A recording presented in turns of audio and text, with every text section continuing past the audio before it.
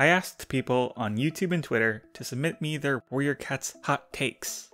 There is a definition on Google for hot take, not using it.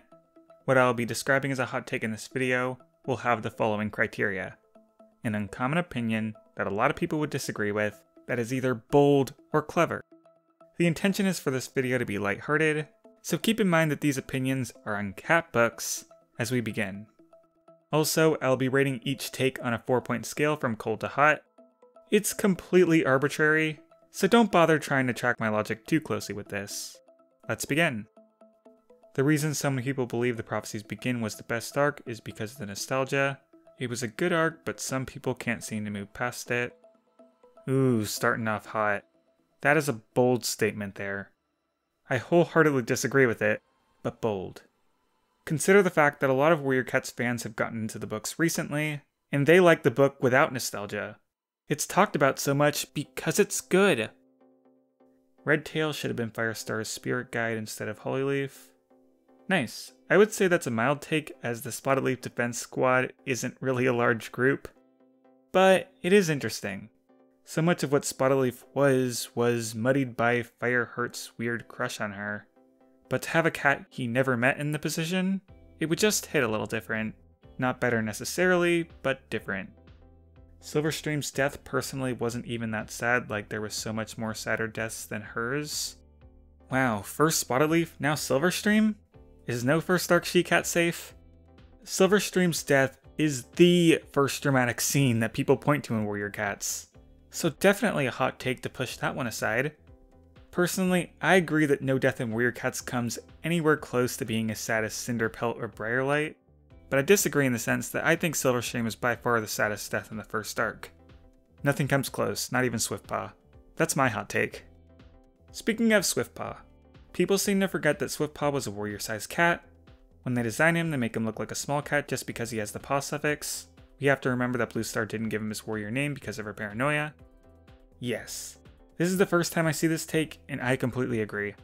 Like, being ready to be a warrior was like his main characteristic. Why is he not warrior-sized?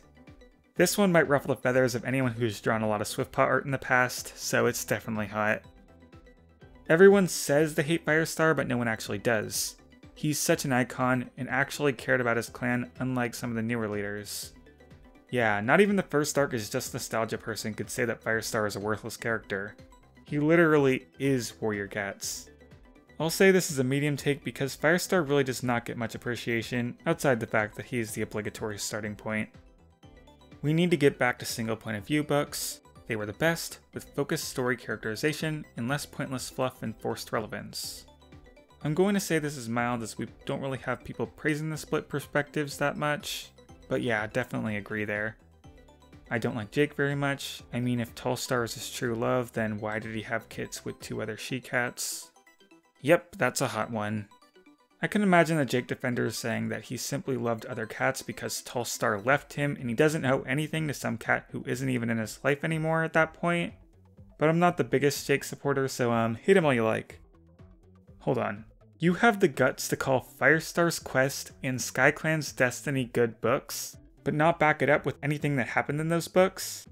Well, that's going to cost you from your take being hot, but actually liking these books in itself is enough for a medium. I dare you to reread them and see how bored you get. Books like Leopardstar's Honor that show the clans just going about their normal lives are some of the most interesting books in the series. Sure, stuff with StarClan is interesting, but I like books about semi-normal cats with questionable morals who just go about clan life. Okay, so you and the previous person would be great friends. My opinion is that normal clan life plots are only interesting if the characters are actually well written. Leopardstar, she didn't do it for me. But liking that book, that's a hot take. I'm making the choice to not entertain takes about Mapleshade in this video, as that discussion has been beaten into the ground, but I'll do it for you, Daco.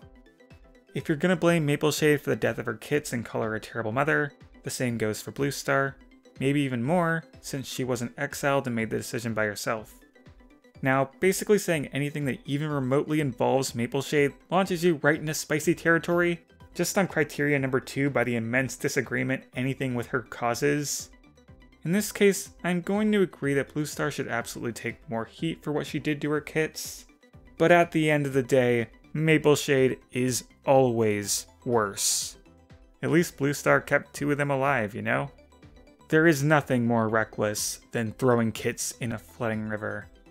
Also on the subject, I think Blue Star should have gone to the Dark Forest. Her actions led to Swiftpaw's, Snowfur's, and Moskit's deaths, and she disowned StarClan. That's a strong stance to take.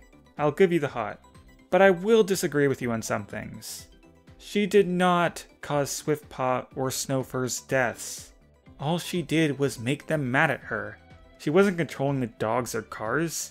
If you wanted to have more reasoning for Dark Forest Blue Star, you should really go for the fact that she made a mockery of a sacred StarClan ceremony by giving the name Lost Face to Brightpaw.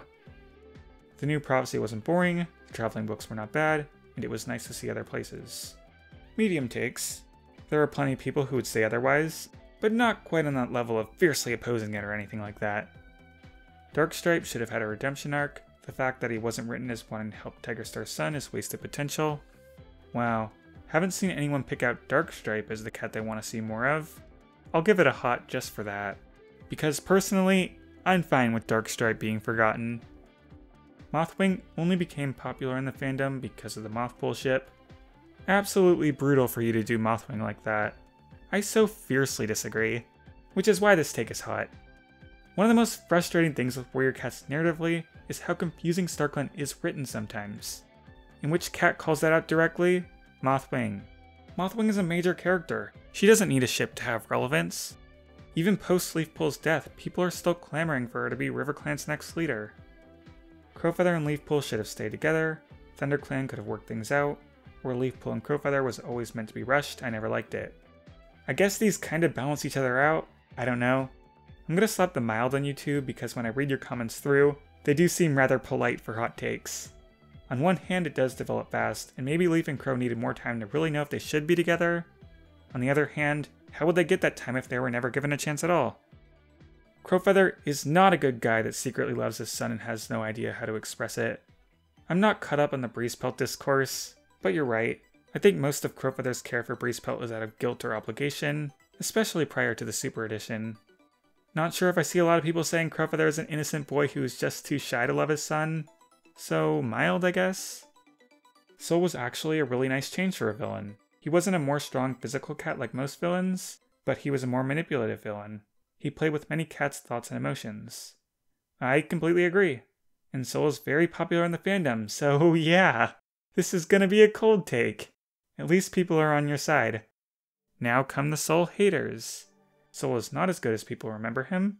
The conflict he caused in ShadowClan was fixed in one book. His manipulation is not good. He seems to have no goals. Now these are medium takes, actually. Hard to call them hot when 2 people are saying the same thing.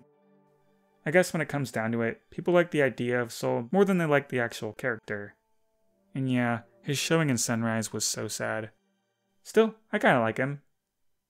I don't like Jayfeather, I'm more of a Lionblaze guy. To see someone actually say they are a Lionblaze guy, I'm gonna give you the hot. That's just such an uncommon take that you deserve it. Now I dare you to go reread all his chapters and not be bored. Hollyleaf sucks as a person. She'd be the worst leader if ever given a chance. Arrogant, not listening to anyone. She was forgiven for all her wrongs, including a selfish murder just because she used to be a POV, not because of her sacrifice. Look at Juniper Claw. Yep, inconsistencies, gotta love them. There is a high level of romanticizing Hollyleaf out there because of her raging teenage angst. And considering how many people say they wanted Hollystar, yeah, that's a hot take. I think Dovewing and Tigerheart shouldn't be together. It made Ivypool stress so much. Not liking Dove Tiger, that's common enough. But not liking them specifically because Ivypool didn't like them? That is some devoted Ivypool defense you got there. I'm giving you mild for borrowing Ivypool's opinions. I'm not even gonna rate this one. I just love that you said Dovewing is a victim of society. The series peaked at Dawn of the Clans and it's not even close. The characters and story were amazing and everything is just so well written by Warrior standards. And no, I do not count Mothwing's Super Edition as part of Dawn of the Clans. I truly do not agree. Dawn of the Clans had some good ideas, but ultimately fell flat in the second half and had awful representation for its female characters. Medium take, I don't think you bring a strong enough reason for the heat. Mothflight's Vision is one of the better books in the series. Wow, okay. One of the better. That's all you have to say? not very committing. You get a mild. As for my thoughts on this statement, yeah, I didn't like her. Not even the Dawn of the Clans fan likes her. Dawn of the Clans was the worst arc. Skystar could have been one of the best antagonists, but instead they ruined everything by bending the narrative to force everyone to forgive him, without making him do any real effort to deserve it, making for an unsavory moral. You are completely correct. Skystar was a great character, ruined by the story's fumbling of his redemption arc. I think Skystar and even Greywing get off way too easily for how much blood they get on their paws. As for the take, well, my complete agreement says it must not be too hot, so medium. Jayfeather is pretty boring now, to be honest. His personality is just grr, I'm angry and hate everyone now. Yeah, I think it's generally recognized that Jayfeather doesn't have much personality past Summon of the Stars, except for that one bonus scene in Lost Stars. So, cold take it is, but I do agree with you. The new covers from 2016 are better than the old ones. They may look weird at times, but they show more emotion than just some cat staring at you. They also feel cleaner and more polished.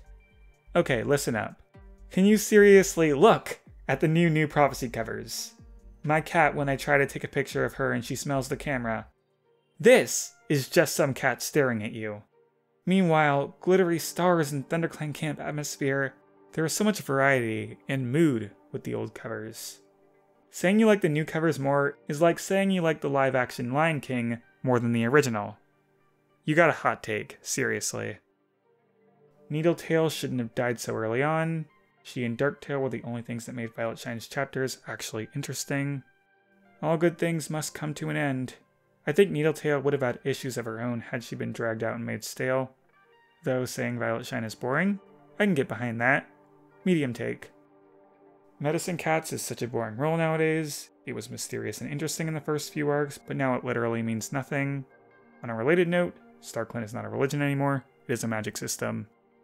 I'm gonna say these are mild takes because it's pretty popular to hate StarClan, but also, I cannot agree more. Being a medicine cat used to be cool, like a statement about a cat's mental and emotional capacity. Now it's just, some cats are gifted with magic and Shadowsight is not, because we hate him or something. I barely remember any of A Vision of Shadows other than Finleap's drama. Wait a second. You find the Finleap drama to be more iconic than Darktail and Needletail? That hurts to read. Take your hot and get out of here. Sleek Whisker is just another boring member of Darktail's group if the Warriors fandom didn't take her under their wing with maps and animatics. Yeah, fair enough. Medium take. Bristlefrost is the best protagonist since Jayfeather, but there's only like 6 protagonists between those two. Mild take, I'm sorry. I actually really like that they killed off Bristlefrost. It added a lot of emotional trauma at the end, and I'm all for it. You're all for emotional trauma. Wow. Don't take that out of context. I just think that having that trauma without any substance or development really doesn't give it that much meaning. Though you are not alone in liking it. The entire fandom was gushing about that scene when the book released. So, mild take? They say when you die in the Dark Forest, you simply stop existing. Bristlefrost died and disappeared, Beetlewhisker died and he is not in StarClan 2, and then there is Willowshine whose spirit is completely fine. Yep, writing inconsistencies. Gotta love them. Though not really a take. Still good to point out. I'm glad Rowan Kit died in Sky because no Kit has actually died in the series since forever. Apprentices and especially Kits need to start dying semi-frequently again for grief, conflict, and growth. Okay, Broken Star, I didn't know you had a YouTube account. Personally, I don't really like them overdoing the death because I'd rather 1 or 2 gut punches than so much death it doesn't really feel like there's any impact. But fine, hot take. Squirrelflight's and Sparkpelt's characters in the latest arc are perfectly aligned with their previous portrayals.